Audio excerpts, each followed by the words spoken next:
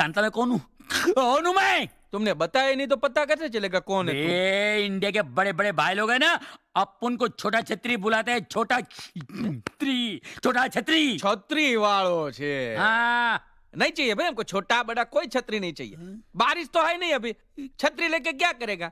अभी छतरी लेकर ना तो मेरे को तो वाइफ को हिसाब देना पड़ेगा। हाँ समझ से नहीं बात हो। जाओ दूसरी जगह जाके बेचो। अबे कमकल के चाय की पत्ती, अपन इधर से जाने के लिए, तुम दोनों को उठाने के लिए आए ले।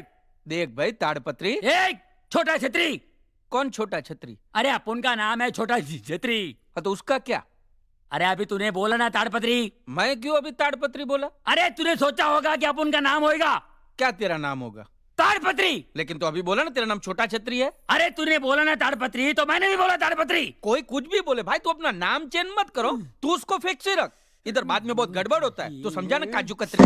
Fiore, Fiore, Fiore, Fiore, Fiore, Fiore.